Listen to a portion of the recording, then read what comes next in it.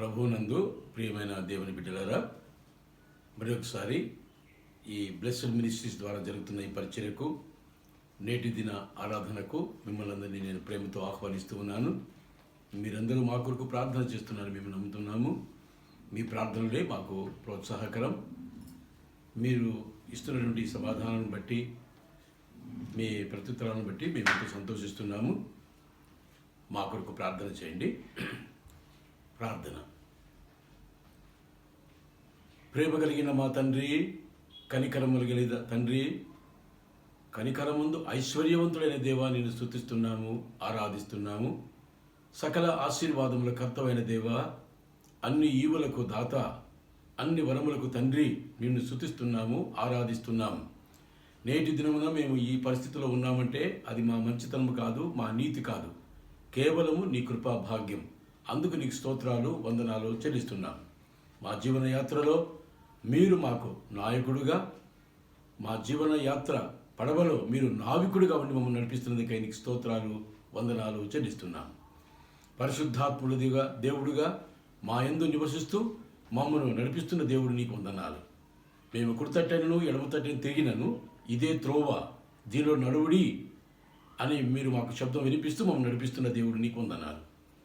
మాకు తోడుగా ఉన్న ఇమ్మానుయేలు దేవా, ఎన్నో ఆశీర్వాదాలు భౌతికముగా, శారీరకముగా, ఆధ్యాత్మికముగా వాక్య ఉపదేశమును చేస్తూ మమ్మల్ని ప్రోత్సహిస్తున్న దేవుడు, దీవిస్తున్న దేవుడు, నిన్ను స్తుతిస్తున్నాము, ఆరాధిస్తూ ఉన్నాము. ఈ పరిచర్య మీరు మాకు అనుగ్రహించి మీరు వాడుకుంటున్న విధానం కొరకు నీకు స్తోత్రములు, వందనములు చెల్లిస్తున్నాము. ప్రభువా, ఆన్లైన్ ద్వారా ఎంతోమంది బిడ్డలు వాక్యం వింటున్నారు, దీవించబడుతున్నారని వారి నుండి మేము విని మేము నిన్ను స్తుతిస్తున్నాము, ఆరాధిస్తున్నాము. మీరు మాకు ఇస్తున్నటువంటి సందేశముల కొరకు నీకు స్తోత్రములు, పరిశుద్ధాత్మ సహాయము కొరకు, నడిపింపు కొరకు నీకు స్తోత్రములు, వందనములు చెల్లిస్తున్నాము. ప్రభువా, ఇలాంటి పరిచయలు ఎంతమంది చేస్తున్నారో వారందరూ మీరు దీవించి ఆశీర్వదించుమని యేసు ప్రభు పరిశుద్ధమైన నామమున ప్రార్థించి వేడుకుంటున్నాం మా తండ్రి, ఆమేన్. మనం ఒక పాట పాడుకుందాము.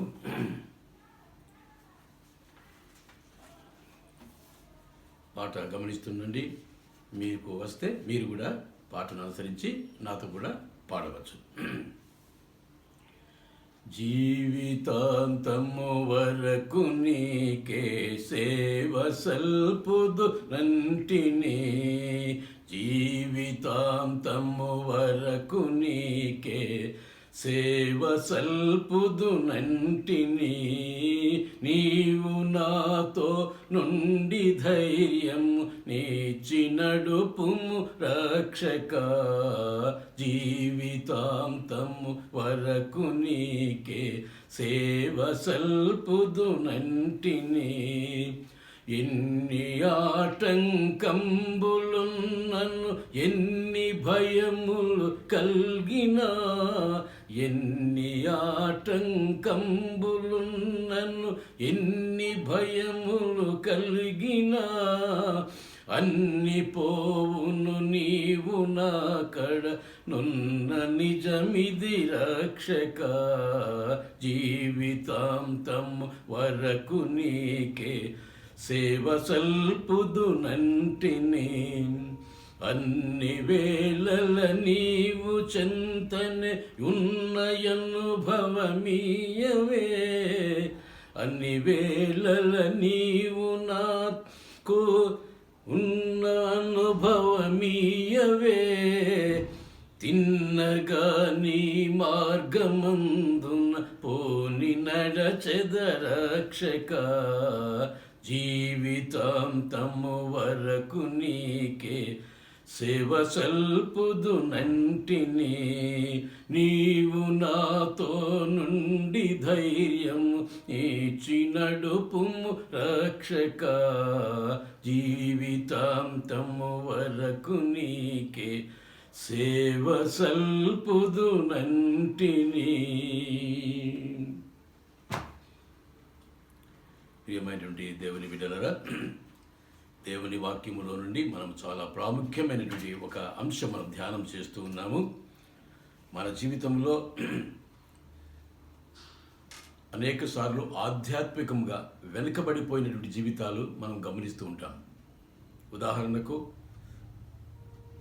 మునుపు నేను రోజుకు 2 గంటల సేపు ప్రార్థన చేస్తూ ఉండేది వాడును. ఈ దినములలో ఎంతో బలహీనమై చేయవలసినంతగా ప్రార్థన నేను చేయలేకపోతున్నాను. గంట ప్రార్థన చేసేటప్పటికే అలసిపోతున్నాను, బేజారు అనిపిస్తున్నది అనే ప్రార్థన విషయంలో మనము బలహీనపడి ఉండవచ్చు. వాక్య ధ్యానం విషయంలో కూడా వీలైనంత వరకు వాక్యం చదువుకుంటూ, వ్రాసుకుంటూ, ధ్యానిస్తూ, జీవితంలోనికి అన్వయించుకుంటూ ఎంతో ప్రోత్సాహకరంగా ముందుకు సాగేటువంటి వాడును. కానీ ఈ దినములలో వాక్యం చదవడమే లేకపోయింది. ఎక్కువసేపు చదవలేకపోతున్నాను, శ్రద్ధ తగ్గిపోయింది అనగా నేను ఎందుకో వెనుకకు జారిపోయినట్టు అనిపిస్తుంది అని ఒకవేళ అనుకుంటూ ఉండవచ్చు. కనబడినటువంటి స్నేహితులకు, మిత్రులకు, బంధువులకు నా జీవితంలో దేవుడు చేసేటువంటి ఆశ్చర్య కార్యములను ఎప్పటికప్పుడు వివరిస్తూ వారిని ప్రోత్సహించేటువంటి వాడను. నాకెంతో ఆనందం కలిగేది, ముందుకు సాగాలనే బలము, ప్రోత్సాహం నాకు కలిగేటువంటిది. ఈ దినాలలో అటువంటి కార్యం నా జీవితంలో జరగడం లేదు. కారణం ఏమిటి? ఎందుకో చల్లారిపోయినటువంటి స్థితి, ఎందుకో బలహీనపరచబడినటువంటి స్థితి నేను ఎదుర్కొంటున్నాను అనేటువంటి మాటలు మనం చెప్తూ ఉంటాం. అందుకనే నేను గత వారముగా వెనుకకు జారిపోయినటువంటి పరిస్థితి అనేటువంటిది జీవితంలో, క్రైస్తవ జీవితంలో జరుగుతుండగా దాని గురించి నేను మీకు కొద్దివరకు వివరిస్తూ వచ్చాను. ఈరోజు కూడా కొన్ని విషయాలు మనము జ్ఞాపకం చేసుకుందాం. ప్రియమైన బిడ్డలారా, వెనుకకు జారినటువంటి పరిస్థితి విశ్వాస జీవితంలో చాలా ప్రమాదకరమైన పరిస్థితిని మనం జ్ఞాపకం పెట్టుకోవాలి.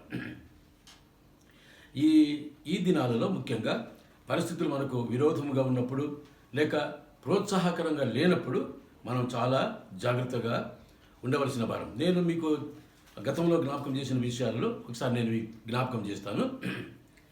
రక్షింపబడిన వ్యక్తి ఒకరు, వెనుకకు జారిపోయిన వ్యక్తి ఒకరు అని 2 రకమైనటువంటి క్రైస్తవ బిడ్డల గురించి నేను మీకు జ్ఞాపకం చేస్తున్నాను.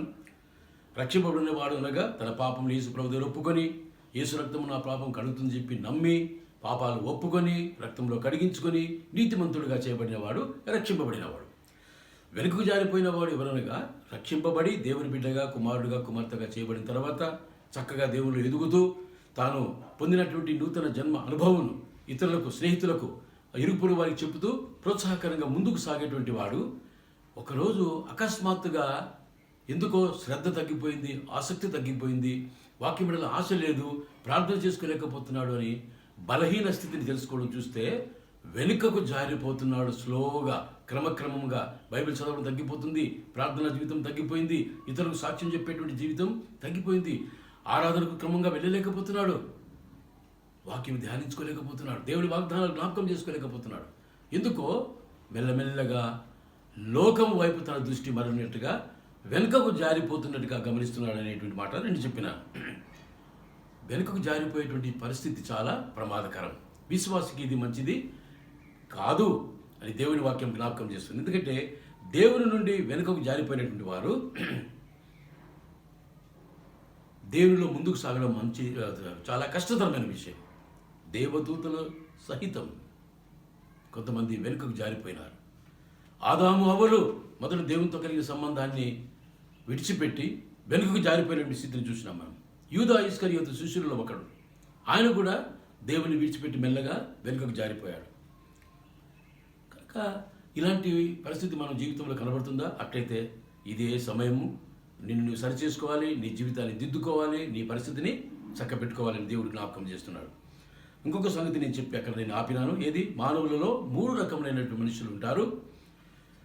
ఒకటి ఏమిటంటే ప్రకృతి సంబంధి అయినటువంటి మనుషులు, న్యాచురల్ మ్యాన్. సహజ సిద్ధముగా ఒక మానవుడు, పురుషుడు కానీ స్త్రీ కానీ, వీరు విశ్వాసే, యేసుప్రభు రక్షకుడు అంగీకరించి ప్రభువులు ఎదుగుతున్నాడు, రక్షణ యొక్క ఆనందము, రక్షణ అనుభవము, రక్షణ నిశ్చేత కలిగినటువంటి వ్యక్తే కానీ అనేక సార్లు జీవితంలో ప్రకృతి సంబంధంగా ఆలోచన చేస్తున్నాడు, పరిస్థితులను బట్టి ఆలోచన చేస్తున్నాడు, వాక్యము దూరం పెట్టుతున్నాడు, దేవుని దూరంగా పెట్టుకోబోతున్నాడు, దేవునికి ఇవ్వాల్సిన స్థానం ఇవ్వకుండా, ప్రాముఖ్యతను ప్రాధాన్యత ఇవ్వకుండా వెనుకకు జారిపోయేటువంటి పరిస్థితి. ఇది మానవుల్లో ఉండేటి ఒక తరగతి రకమైన మనుషులు. రెండవది శరీర సంబంధి అయిన మనుషులు, కార్నల్ మ్యాన్. 1 కొరింథీ పత్రిక 3వ అధ్యాయం 1వ వచనం. ప్రకృతి సంబంధి అయిన మనుషునికేమో 1 కొరింథీ పత్రిక 2వ అధ్యాయం 14వ వచనంలో మన కొరకు రాయబడింది. ఇతడు రక్షించబడిన వాడే, అయితే ఇతనిలో ఇంకా శరీరాశలు, శరీర కోరికలు, శరీర సంబంధమైన సంబంధ బాంధవ్యాలు, పనులు ఉండట చేత వెనుకకు జారిపోవడం అనేటువంటిది జరుగుతూ ఉంటుంది. ఆత్మీయంగా బలవంతుడు కాలేకపోతున్నాడు. వెనుకకు జారిపోతున్నాడు, రోజు రోజుకు దైవ కార్యంలో నిర్వహించలేకపోతున్నాడు, దేవుని వాక్యాన్ని వెంబడించలేకపోతున్నాడు, భయపడి వెనుకకు జారిపోతున్నాడు. మూడవ రకమైన మనిషి ఆత్మ సంబంధి అయిన మనుషుడు, స్పిరిచువల్ మ్యాన్. మనం కనుక ఈ 3 రకమైనటువంటి మానవ తరగతులలో మనం ఏ తరగతికి చెందిన వారు ఒకసారి మనం జ్ఞాపకం చేసుకుందాం. ఏంటి? ప్రకృతి సంబంధి అయినటువంటి అంటే న్యాచురల్ మ్యాన్. ఇతరులాగా మనం కూడా ఒక మామూలు మనుషులాగా ఉన్నామా, లేక శరీర సంబంధి అయినటువంటి మనం ఎంతసేపు శరీరం గురించి, లోకం గురించి, ప్రపంచం గురించి, అలవాట్ల గురించి ఆలోచన చేసే మా రకంగా మనం ఉన్నావా? అయితే మూడో మాట ఆత్మ సంబంధి అయినటువంటి మనుష్యుడు, స్పిరిచువల్ మ్యాన్. ఇది మొదటి కొరింథీ పత్రిక 2వ అధ్యాయం 15వ వచనం మన కొరకు రాయబడింది. ఈ ముఖ్యంగా 3వ అధ్యాయం 1వ వచనము, ఇతనికి నూతన జన్మ అనుభవం ఉన్నది, అంత మాత్రమే కాకుండా దేవుని కార్యంలో ఆసక్తిగా పాల్గొంటున్నాడు, విశ్వాస జీవితంలో ముందుకు సాగిపోతున్నాడు, ఆత్మ చేతనే నడిపించబడుతున్నాడు, మంచి ప్రార్థనాపరుడు. మరి ఏ తరగతి నువ్వు చెందినావో ఒకసారి నువ్వు జ్ఞాపకం చేసుకోవాలి. ముఖ్యంగా మనం జ్ఞాపకం చేసుకోవాల్సింది ఏంటంటే, ఈ దినాలలో పరిస్థితుల ప్రభావం బట్టి కానీ, కుటుంబ స్థితులను బట్టి కానీ, ఆర్థిక పరిస్థితులను బట్టి కానీ, లేక రాజకీయ పరిస్థితులను బట్టి కానీ, మనం ఉన్నటువంటి ఉద్యోగ పరిస్థితులను బట్టి కానీ మనం ఒక్కోసారి వెనుకకు దేవుని నుండి దూరం అయిపోతున్నాం, దేవుని వాక్యం నుండి దూరం అయిపోతున్నాం, దేవుని బిడ్డల యొక్క సహవాసం నుండి దూరం అయిపోతున్నాం. ఎందుకు బైబిల్ చదవడం అనిపించడం లేదు, ప్రార్థన చేసుకోవడం అనిపించడం లేదు, గుడికి వెళ్ళాలనిపించడం లేదు, ప్రభు బలలో పాల్గొనలేకపోతున్నాం. ఎందుకు? ఈ కారణాలు మనము జ్ఞాపకం చేసుకోవాలి. అందుకే దేవుని నుండి వెనుకకు జారిన స్థితి అని నేను కొన్ని మాటలు మీకు నేను జ్ఞాపకం చేసిన. రక్షింపబడిన పిదప నూతన స్థితి ఎందుకు దేవుని పట్ల గల గాఢమైన మొదటి ప్రేమను మనము వదిలిపెట్టాము. అందుకే వెనుకకు జారిపోతున్నాం మెల్లమెల్లగా. హృదయంలో దేవుని నుండి నేను అనేటువంటి పాత పురుషుడు బయటకు వస్తున్నాడు. ఇకను జీవించేవాడు నేను కాను, నా యందు ఉన్నటువంటి క్రీస్తే అని చెప్పినట్టు నీవు విశ్వాసి ఇప్పుడు ఏమంటున్నావు? నేను అంటున్నావు. ఇది ఆధ్యాత్మికంగా వెనుకకు జారిన స్థితి. మూడవది, ఈ సువార్త సత్యమును విడిచడం ద్వారా దేవుని నుండి విమర్శలు ప్రారంభమైనాయి. ఏమిటంటే దేవుని వాక్యం ఇట్లా ఉంది, ఇట్లా ఎవరు చేస్తున్నారు చెప్పండి, ఇది సాధ్యమేనా, నాకైతే ఇది అసాధ్యం అనిపిస్తుంది అనేటువంటి మాట. అంటే దేవుని వాక్యం మీద, వాగ్దానం మీద అనుమానం, ప్రశ్నలు వేయడం. సువార్త సత్యము, సువార్త ప్రకటించాలి, ఇది సువార్త సత్యమైనది, పాపి అయిన మానవులకు అవసరమైనది నేను చెప్పాలి అనేటువంటి ఆసక్తి తగ్గిపోయింది. దేవుని నుండి హృదయపూర్వకంగా నువ్వు దూరం అయిపోతున్నావు. జాగ్రత్త. మనసులో ఆలోచనలు మాత్రమే కాకుండా, జీవితంలో కాకుండా, బాహ్యరీతిగా కాకుండా, అంతరంగంలో హృదయంలో నుండి హృదయ పరిస్థితిని గురించి ఆలోచన చేస్తే కూడా వెనుకకు వెళ్ళిపోతున్నావు. దేవుని విసర్జించేటువంటి పరిస్థితి. ఏం దేవుడు అండి, ఏం దేవుడు ఉన్న దేవుడు ఉన్నప్పుడు ఏం చేస్తున్నాడు చెప్పండి. కానీ దేవుని మీదనే రంకెలు కేకలు వేసేటువంటి పరిస్థితి. కనుక దీన్ని ఏమన్నారండి? ఆధ్యాత్మికంగా పడిపోవుట, వెనుకకు జారిపోవుట, మరలా దేవుని మీదే తిరుగుబడి మాట్లాడడం, దేవుని వాక్యం మీద తిరుగుబడి మాట్లాడడం, దీనినే వెనుకకు జారిపోయినటువంటి స్థితి అని చెప్పారు. వీరికి 3 పేర్లు పెట్టారు. 3 రకములైన వారు ఉంటారు వీళ్ళు. ఇది ఈ రోజు చెప్పవలసినటువంటి వాక్య ధ్యానం. జాగ్రత్తగా గమనించండి. దేవుని నుండి వెనుకకు జారిపోయినటువంటి ప్రజలలో 3 తరగతుల వాళ్ళు ఉంటారు. 3 విధములైనటువంటి మనుషులు ఉంటారు. నంబర్ 1, దేవుని నుండి వెనుకకు జారి కూడా తన స్థితిని ఎరగనటువంటి వాడు. ఏమీ ఎరగనటువంటి వాడు, ఏమి జరగలేదని తన్ను తాను మోసం చేసుకుంటూ, ఏమండి, అన్కాన్షియస్ బిలీవర్, విశ్వాసే కానీ ప్రార్థన జీవితం తగ్గిపోయింది, సాక్ష్యం చెప్పడం లేకపోతున్నాడు, వాక్యం పూర్ణ హృదయంతో అంగీకరించలేకపోతున్నాడు, వాగ్దానం నమ్మలేకపోతున్నాడు, సహవాసాన్ని మరి విసర్జించినాడు, వెనుకకు జారిపోయాడు. ముందున్నంత కుతూహలము, ఆసక్తి లేదు ఇప్పుడు. కానీ ఇది తప్పు చేస్తున్నాను అనే మాట లేక ఆ అనుభవంలోనికి రాలేకపోతున్నాడు. అన్కాన్షియస్ అంటే వెనుకకు జారిపోతున్నా కూడా తెలియని విధముగా మోసపోయేటువంటి పరిస్థితి. రెండవది, దేవుని నుండి వెనుకకు జారి తన స్థితిని గ్రహింపగలిగిన వాడు. ఏంటి నేను ఈ మధ్యలో ఇలా అయిపోతున్నానండి, ప్రార్థన అంటే బేజారు అనిపిస్తుంది, ఇదివరకు 2 గంటల సేపు ప్రార్థన చేసేవాడిని ఇప్పుడు అరగంట కూడా చేయలేకపోతున్నానేంటి, వయసు మీరిపోతుందా, సోమరితనమా, లేక ఏదైనా శరీర సంబంధమైన బలహీనతనా, లేకపోతే యాస్టకు వస్తుందా, బేజారైపోతున్నదా, ఏది గమనించలేకపోతున్నావు. ఇది ఏమిటంటే conscious believer in his heart. హృదయములో ఈ సత్యమును ఎరిగి కూడా దాన్ని సరిచేసుకోలేని పరిస్థితి. తెలుసు తాను వెనుక జారిపోతున్నాడు, దేవునికి దూరం అయిపోతున్నాడు, వాక్యానికి దూరం అయిపోతున్నాడు, సంఘ సహవాసానికి దూరం అయిపోతున్నాడు, ప్రభు భోజన సంస్కారానికి దూరం అయిపోతున్నాడు, తెలిసి కూడా ఏమండి తన స్థితిని తాను ఎరగకపోవడం. మూడవది, దేవుని నుండి క్రియాపూర్వకముగా దూరం అయిపోవడం. అంటే మెల్లమెల్లగా బైబిల్ మానేయడం. కొంతవరకైనా ఇంతకుముందు చదువుతుండే, ఇప్పుడు అది కూడా లేదు. బైబిల్ చదవడం పూర్తి మానేశాడు. ఆదివారం పూట ఎప్పుడో సమయం ఉంటే పోతున్నాడు, లేకపోతే లేదు. ప్రభు భోజన సంస్కారం కూడా మానేశాడు. దశంభాగం ఇవ్వడం మానేశాడు. సంఘ సహోదర సహోదరులతో సహవాసం కోల్పోతున్నాడు. బుద్ధిపూర్వకముగా back slider in his deeds or works, తన కార్యకలాపంలో సంపూర్ణంగా దేవునికి దూరం అయిపోయినటువంటి వాడు. ఇది చాలా ప్రమాదకరమైన పరిస్థితి. ఇలాంటి పరిస్థితులు ఒకవేళ నీవు ఉన్నావా? అట్లయితే ఈరోజు సందేశము నీకే. ఈ 3 తరగతుల్లో ఉన్న వారి గురించి క్లుప్తంగా జ్ఞాపకం చేసుకొని మనం ముగిద్దాం. రక్షింపబడిన వ్యక్తి ఏదో ఒక సమయంలో తెలియరీతిగా దేవుని యందు అతడు తన స్థితిని, అంటే వెనుకకు జారిపోయిన స్థితిని చూస్తున్నాడు. వెనుకకు జారిపోతున్నానని అర్థమైపోతున్నది, కానీ అర్థం చేసుకొని సరిచేసుకోలేకపోతున్నాడు.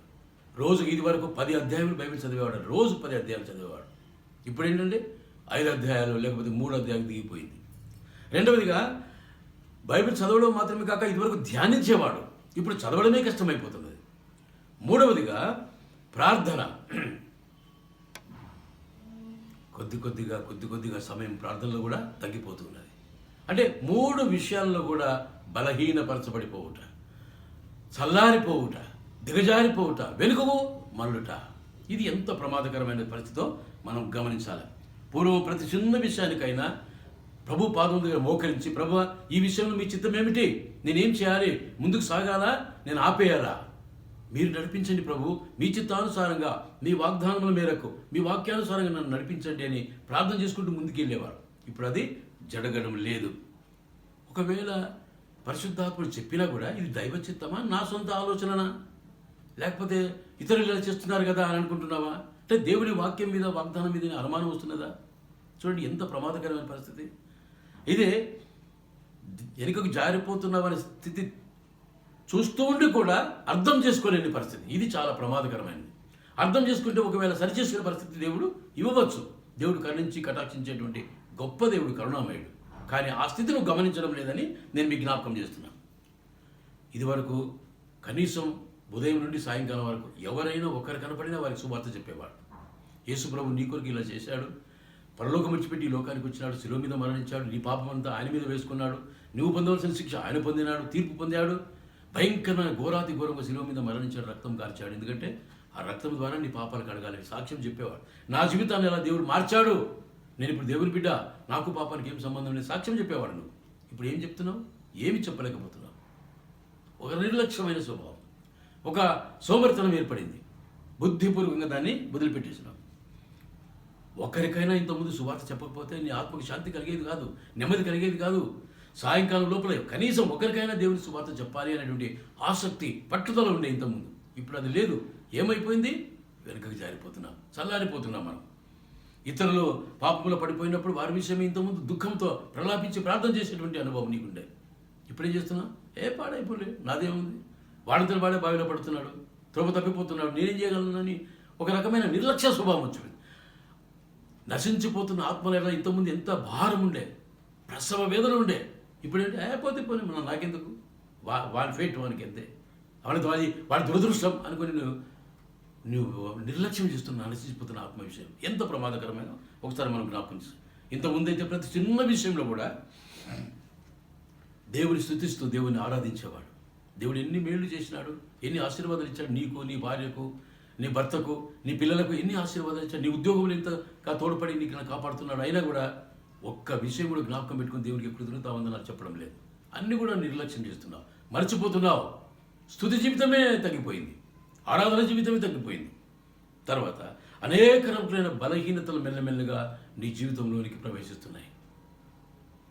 ఇదివరకు బైబిల్ చదువుకుంటూ సమయం గడిపేవాడు, ప్రార్థనలో సమయం గడిపేవాడు, పాటలు పాడుతూ, లేక ఇతరులకు నీ సాక్ష్యం పంచుకొని, లేక ఏదో ఒక రకమైన ఆధ్యాత్మిక సహవాసం కలిగినవాడు. ఇప్పుడు అవేవి కనబడడం లేదు. అంటే ఎంత ప్రమాదకరమైన పరిస్థితిలో ఉన్నావో, ఎంతగా దేవునికి దూరం అయిపోతున్నావో గమనించాలని నేను మీకు జ్ఞాపకం చేస్తున్నాను.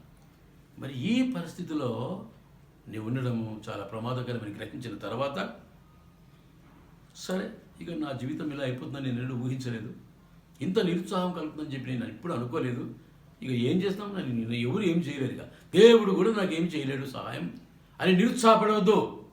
వెంటనే లేచి మోకరించి మూలులతో చేసేటువంటి ప్రార్థన చేసి నేర్చుకోవాలి. ప్రభువా నేను తప్పిపోయాను, ప్రభువా తండ్రి నేను తప్పిపోయాను. ఇది వరకు ఉన్నటువంటి ఆసక్తి నాకు లేదు. మీ వాక్యం మీద నాకు ఆశ తగ్గిపోయింది. మీతో నీ ముఖదర్శనం చేసుకునే ప్రార్థనా జీవితం పోయింది. నువ్వు చేసిన మేళ్లకు కృతజ్ఞత చెల్లించాల్సిన వాడు నేనే కృతజ్ఞుడైపోయాను, మోసపోయాను. నేను నన్ను క్షమించమని చెప్పి ప్రభు పాదం దగ్గర పడి ఆయనను వేడుకోవాలి. కనుక ఒకవేళ నువ్వు వెనుకకు జారి పరిస్థితిలో ఉన్నట్టు ఒక ఎరగకుండా ఉన్నావా, వెంటనే మోకరించి ఈ రాత్రికే ప్రభువా నన్ను క్షమించండి, నేను వెనుకకు జారిపోయిన స్థితి నేను తెలుసుకోలేక మోసపోయాను, నన్ను నేను మోసం చేసుకున్నాను, ఎదుటి వారిని మోసం చేశాను, నిన్ను కూడా మోసం చేశాను, నన్ను క్షమించమని చెప్పి తప్పనిసరిగా దేవుణ్ణి అడగాలి అనేటువంటి మాట నేను మీకు జ్ఞాపకం చేస్తున్నాను. రెండో విషయానికి వెళ్దామండి.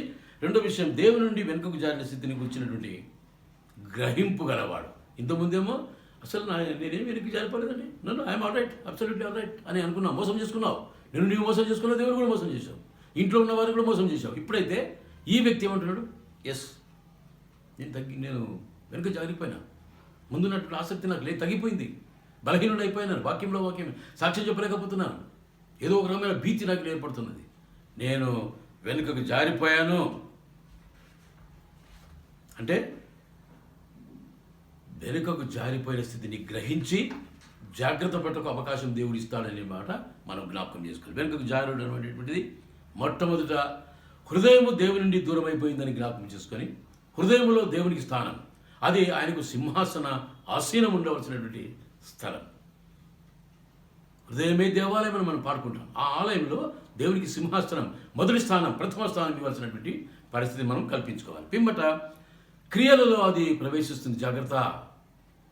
మనస్సులో, హృదయంలో, జీవితంలో, మరలా జీవిత ప్రయాణంలో ఇలాంటిది జరుగుతుంది. ఏ పరిస్థితులను వెనుక జారిపోతున్నావో గమనించి, గ్రహించి మనం సరిచేసుకుని స్థితి రావాలి. చిన్న కుమారుడు ఏం చేశాడంటే, తండ్రితో సహవాసం చేసిన నాళ్ళు బాగున్నాడు. ఎప్పుడైతే స్నేహితులతో సహవాసం ఏర్పడిందో తాగుడు ప్రారంభమైంది, దొంగతనం ప్రారంభమైంది, వ్యభిచారం ప్రారంభమైపోయింది, అబద్ధాలు చెప్పడం ప్రారంభమైపోయింది. స్నేహితులతోనే వెళ్ళిపోయాడు కానీ ఇంట్లో ఉండేవాడు కాదు. స్నేహితులతోనే సమయం గడిపేవాడు కానీ దేవుని సన్నిధిని మర్చిపోయాడు, ప్రార్థన మర్చిపోయాడు, గుడి మర్చిపోయాడు, ఆధ్యాత్మిక సంగతులన్నీ ప్రక్కకు నెట్టేశాడు. ఆత్మీయ వాతావరణం నుండి స్నేహితుల యొక్క వాతావరణంలోనికి, లోకం యొక్క వాతావరణంలోనికి, పరిస్థితుల్లోనికి వెళ్ళిపోయాడు.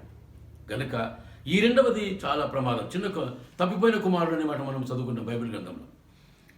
శరీరం ఒక చోట, ఆత్మ ఒక చోట నివసించడం ప్రారంభం. వాస్తవంగా శరీరంతోనూ ఆత్మతోనూ హృదయపూర్వకంగా దేవుని వెంబడించవలసినటువంటి ఈ విశ్వాసి వెనుకకు జారిపోయాడు. కాబట్టి శరీరం ఒకటి ఆలోచన చేస్తున్నది, ఆత్మ ఒకటి ఆలోచన చేస్తున్నది, జీవిత విధానం ఇంకొకలాగా ఉన్నది.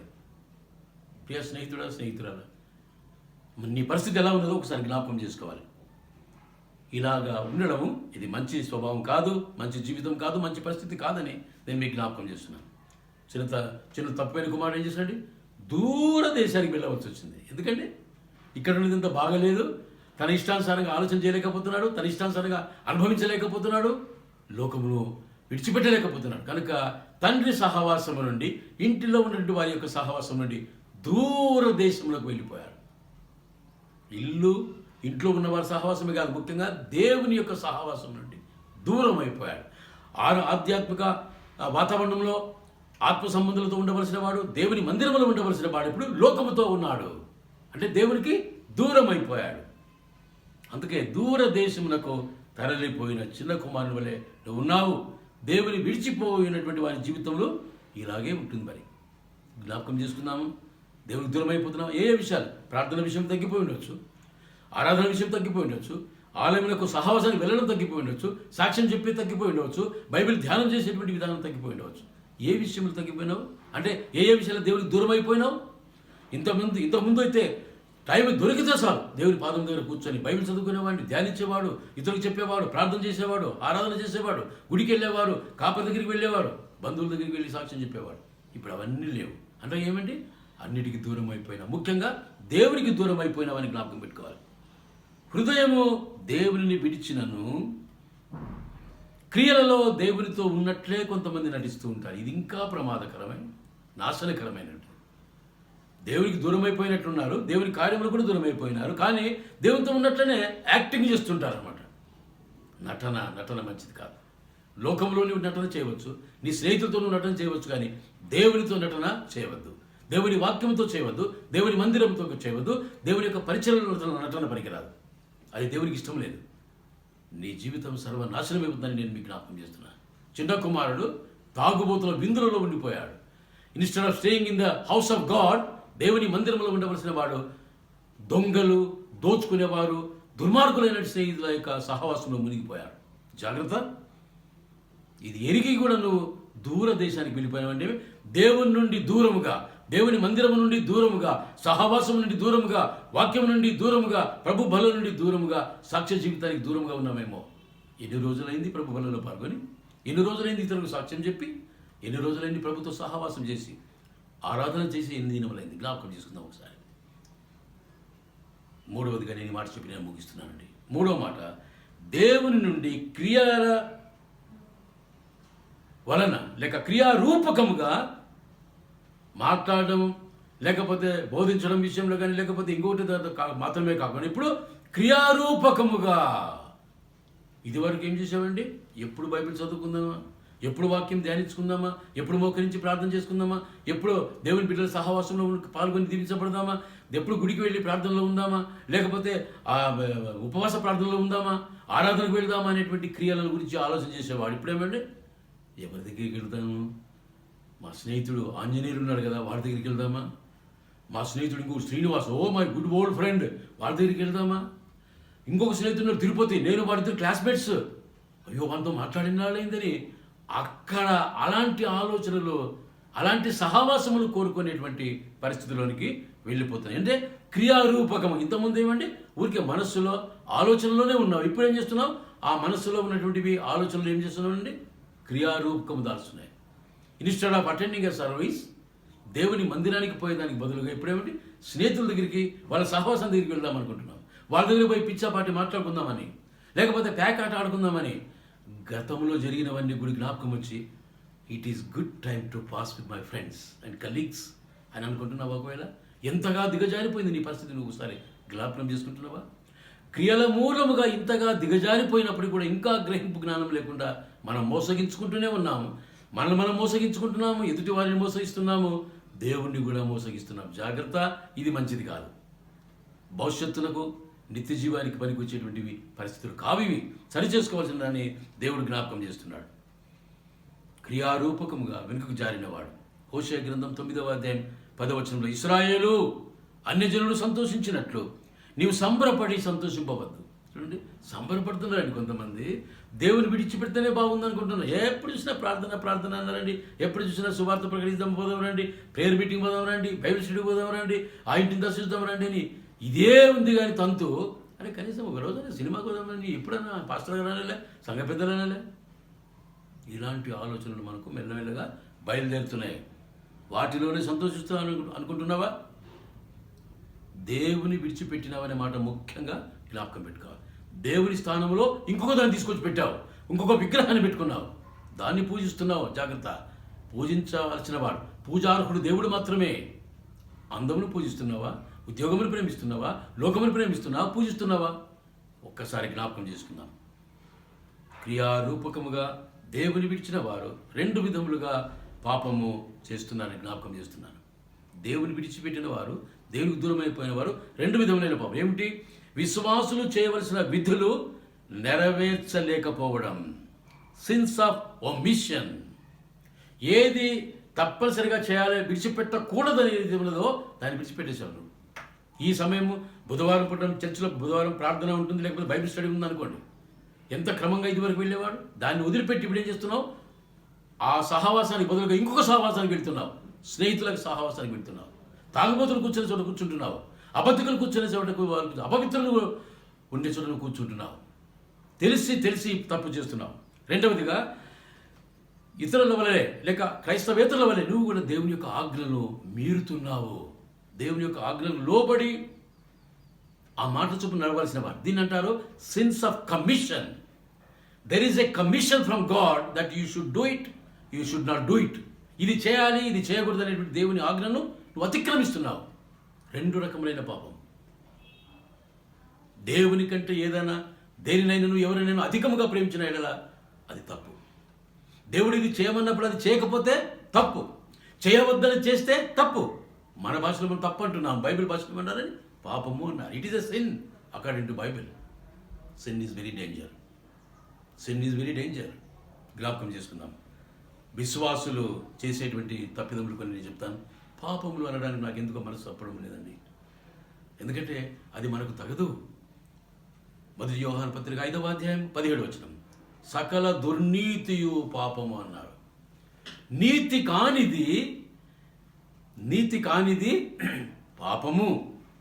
శ్రేష్టమైన దేవుని మార్గమును, యేసు మార్గం, నేనే మార్గం అన్నాడు కదా, ఈ మార్గం గురించి ఇతరులకు చెప్పకపోవడమే పాపము. మొదటి సమూయేలు గ్రంథము 12వ అధ్యాయం 23వ వచనం.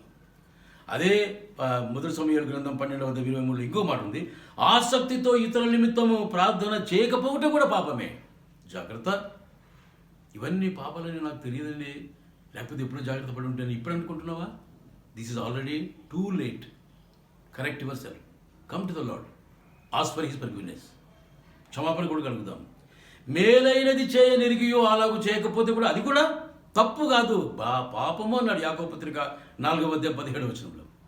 కనుక విశ్వాసులు చేసేటువంటి ఈ తప్పిదములు పాపములు కాదులేండి, జస్ట్ పొరపాటు లేకపోతే వీక్నెస్, బలహీనత అని మనం సర్దుకుంటున్నాం. విశ్వాసులు చేయదగినవి కావివి, ఇవి చేయదగనివి చేస్తున్నాం మనం, తప్పు. తర్వాత రాబడిలో దశమ భాగములు దేవుని తప్పకుండా ఇవ్వాలని దేవుని వాక్యంలో మనకు రాయబడింది. దశమ భాగం ఇస్తున్నావా? ఈ మధ్యలోనే 2-3 నెలల నుంచి ఇవ్వలేకపోతున్నాను సార్. ఏమైంది? చాలా ఖర్చులు అయిపోతున్నాయండి. తెలియని విధంగా కొన్ని అప్పులు చేసుకోవాల్సి వచ్చింది, అప్పులు కట్టాల్సి వచ్చిందండి. అప్పు చేయకని పరిస్థితి నాకు ఇవ్వు ప్రభువా, ఉన్న దాంట్లోనే సంతృప్తిగా ఉండడం నాకు నేర్పించు ప్రభువా అని చెప్పి ప్రార్థన చేసుకున్నావా? అలా ప్రార్థన చేసి దేవుడు సహాయం చేయడం, తప్పకుండా దేవుడు సహాయం చేస్తాడు. కనుక ఈ వెనుకకు జారిన కారణాలు మనం జ్ఞాపకం చేసుకుందాం. ఒకసారి నేను రక్షించబడి ఉన్నానా లేదా అనేటువంటి రక్షణ అనుభవం గురించినటువంటి అనుమానం నుండి కూడా ఏమంటే తప్పుడు రక్షణ అనుభవం ఉంటుంది. ఒకసారి రక్షణ అనుభవం ఉంటుంది కానీ దాన్ని సరిగ్గా అర్థం చేసుకుని రక్షింపబడ్డానో లేదో నాకేమరుగా, దేవుడు కనపడి ఒకసారి చెప్తే ఎంత బాగుండు అని ఇలాంటి సాక్ష్యాలు, ఇలాంటి రుజువులు మనం అడగాలని మనం ప్రయత్నం చేస్తుంటాం. వాక్యము ఎడల విధేయత, భయము లేకపోవడం అది ప్రమాదానికి దారితీస్తుంది, వెనుకకు జారిపోవడానికి దారితీస్తుంది. జాగ్రత్త. వాక్యం ఎడల విధేయత ఉండాలి, నాట్ కండిషనల్, అన్కండిషనల్ ఒబీడియన్స్ ఉండాలి. దేవుని మాటకు గౌరవం ఇవ్వాలి. ఇర్మియా గ్రంథం 8వ అధ్యాయం 9వ వచనంలో ఈ మాట వ్రాయబడింది. అలాగే ఇది ఇంకా ప్రాముఖ్యమైన మాట అండి, స్వనీతి. నా ఎంత మంచోడు, నా ఎంత మంచి విశ్వాసి, నా లాంటి ప్రార్థనాపరుడు ఇంకొకరు లేడు మా ఊర్లో లేక మా చర్చలో లేరు అనేటువంటి గర్వము, అతిశయం కూడా మంచిది కాదు. ఇది మనం తెలియక చేసేటువంటి పొరపాట్లని నేను మీకు జ్ఞాపకం చేస్తున్నాను. ఇంకా మన కుటుంబంలో ఒకవేళ రక్షింపబడని వారు ఎవరైనా ఉన్నారేమో అది కూడా చాలా ప్రమాదకరమైన పరిస్థితి. ఎందుకంటే వారు నిన్ను వెనుకకు లాగానే ప్రయత్నం చేస్తుంటారు. రక్షింపబడని వారు దేవుని సహవాసం కంటే ఇతర సహవాసములు, స్నేహితులు, బంధువులు, చుట్టుపక్కల వారి యొక్క సహవాసం ఎక్కువగా అభిలషించుట లేక కోరుకోవడం అని కూడా చాలా తప్పు. ఏమండి వెనుకకు జారిపోయిన ఇవన్నీ కారణాలు, మనం జాగ్రత్త పడాలి. తర్వాత గతించిన అనుభవం మీద ఆధారపడతారు కొంతమంది. అప్పుడండి ఒక 10 years బ్యాక్ 2 hours ప్రార్థన చేస్తుంటానండి, ఒక్క నిమిషం తక్కువ లేకుండా.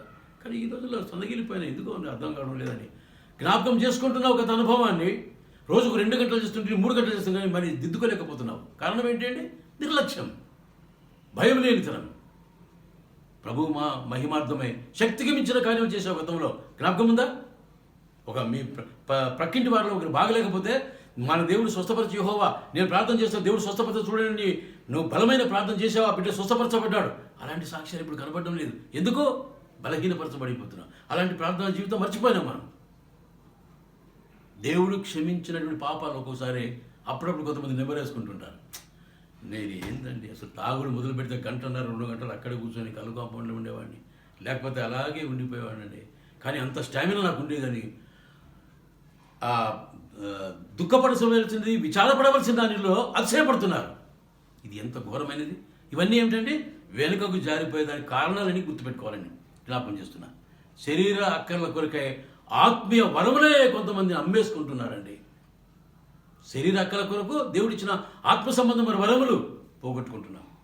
దేవుడిచ్చినటువంటి ఇది పోగొట్టుకోవడమే ఆదాము స్వభావం. ఆదాము దేవుని సన్నిధానంలో ఉండవలసిన వాడు దేవునికి దూరం అయిపోయాడు. పగలు లేక రాత్రి ఉదయము ఎల్లకాలం దేవునితో సహవాసం చేసినట్టు ఆదాము ఇప్పుడు ఏంటంటే ఒంటరిగా చెట్టు దగ్గర ఉన్నాడు. ఎక్కడున్నావు ఆదామా, నువ్వు ఎక్కడ ఉన్నావు అన్నప్పుడు ఇదిగో నేను ఇక్కడ చెట్టు చోట దాగి ఉన్నాను అన్నాడు. ఎందుకో దేవుని సన్నిధిలో నుండి దేవుని సహవాసం నుండి తప్పిపోయాడు కాబట్టి భయమైంది, భీతి ఏర్పడింది. మొట్టమొదటిసారిగా చెట్టు చోట దాక్కున్నాడు. అమ్మో దేవుడు కనపడితే ఏమవుతుందో, ఏం చేస్తాడో అని భయం ఏర్పడింది. ఇలాంటి భయము, భీతి లేక సిగ్గు పడేటువంటి సమయం నీ దగ్గర వచ్చిందా, లేక అలాంటి అనుభవంలో ఉన్నావా? దేవుడు పిలుస్తున్నాడు. పాత అనుభవ ఆదాము స్వభావం మనకు మంచిది కాదు. ఆత్మల రక్షణార్థమైనటువంటి ఆవేదన ఇంతమందుకు ఎంత జీలు ఉండాలంటే, అయ్యో నా స్నేహితుడికి చెప్పాలి, అయ్యో నా ఈ బంధువుకు చెప్పాలి, లేకపోతే వాడు ఆరో నరకానికి వెళ్తాడు, వాడు భయంకర తీర్పులో ఉంటాడనేటువంటి ఆ ఆరాటం ఏదైతే ఉన్నానో రంజి ఇప్పుడు లేదు. ఏమైపోయింది? వెనుకకు జారిపోయినాం. అనుదిన జీవితంలో దేవుని వాక్యానికి ఎంత సమయం ఇచ్చేవాడు, ప్రార్థనకి ఎంత సమయం ఇచ్చేవారు, ఇతరులందరినీ ప్రోత్సాహపరుచుకుంటూ అందరినీ బైబిల్ స్టడీ తీసుకుని వెళ్ళేవారు, ప్రార్థన తీసుకుని వెళ్ళేవారు, అందరు కలిసి సాక్ష్యాలు పంచుకునేవారు. ఏమైపోయిందండి ఇవన్నీ? జాగ్రత్త. You are on the way back sliding. వెనుకకు జారిపోయే మార్గంలో ఉన్నావు. ఇప్పటికైనా మించిపోయింది ఏమీ లేదు. దేవుడు క్షమించడానికి సిద్ధమైన మనసు గలవాడు. ఒక్కసారి ప్రభు వైపు తిరిగి, ప్రభువా నేను నీకు దూరం అయిపోయాను, ఆనాడు చిన్న కుమారుడు చేసిన పొరపాటే నేను నీకు చేశాను, నీ సహవాసం నుండి, నీ దగ్గర నుండి నీ మాటలు వినుట కంటే వేరే మాటలు, వేరే వాతావరణం, వేరే యొక్క సహవాసాన్ని ప్రేమించి నీకు దూరం అయిపోయాను. నీతో అంటుకట్టబడిన జీవితం కలిగిన వాడుగా ఉండవలసిన నేను ఇప్పుడు స్నేహితులతోనూ లోకముతోనూ నా బంధువర్గంతో ఉండిపోతున్నాను, నన్ను క్షమించు. ఆ ఆనందం నేను పోగొట్టుకున్నాను ప్రభు. నీ రక్షణ ఆనందము నాకు మరలా పుట్టించమని కీర్తనకారుడు మాట్లాడినట్టుగా మనం మాట్లాడదాం. మన జీవితాలు దిద్దుకుందాము. వెనుకకు జారిపోయిన పరిస్థితుల నుంచి దేవుని దగ్గరికి తిరిగి వస్తాం. దేవుడు ఆ విధంగా మనం క్షమించి ప్రేమించి దీవించును కాక. ప్రార్థన చేసుకుందాం. ప్రేమ కలిగిన తండ్రి, ఎంత పాపినైనను నువ్వు ప్రేమించేటువంటి దేవుడు, ఎంత దుర్మార్గులనైనా నువ్వు ప్రేమించేటువంటి దేవుడు, క్షమించుటకు సిద్ధమైన మనస్సు గలవాడు. నీవు క్షమించలేని పాపం మా జీవితంలో ఏదీ లేదు ప్రభా. ఎంతటి పాపినైనను, ఎంత గొప్ప పాపమునైనా నువ్వు క్షమించి మీ రక్తంతో కడుగుటకు మీరు సిద్ధముగా ఉన్న దేవుడు నీకు వందనాలు. కనుక ఈ సమయంలో నా ప్రభువా, నేను నమ్మిన బిడ్డలు, రక్షణ పొందిన బిడ్డలు, రక్షణ అనుభవము, రక్షణ ఆనందము, రక్షణలో ముందుకు సాగుతున్న బిడ్డలు ఎవరైతే వెనుకకు జారిపోయారో, విశ్వాసాలను చెప్పుకుంటూ ఇంతవరకు నీ కొరకు ఎంత మంచిగా వాడబడ్డారో, ఎంత మంచిగా ప్రార్థన చేశారో, ఎంతో సంఘములకు ప్రోత్సాహకరంగా ఉండి ఇప్పుడు వెనుకకు జారిపోయి అన్నీ ఏమీ లేనట్టుగానే నిర్లక్ష్యంగా ఉన్నారేమో, అటువంటి వారిని ఒక్కసారి మీరు జ్ఞాపకం చేసుకోమని ప్రార్థిస్తున్నాం.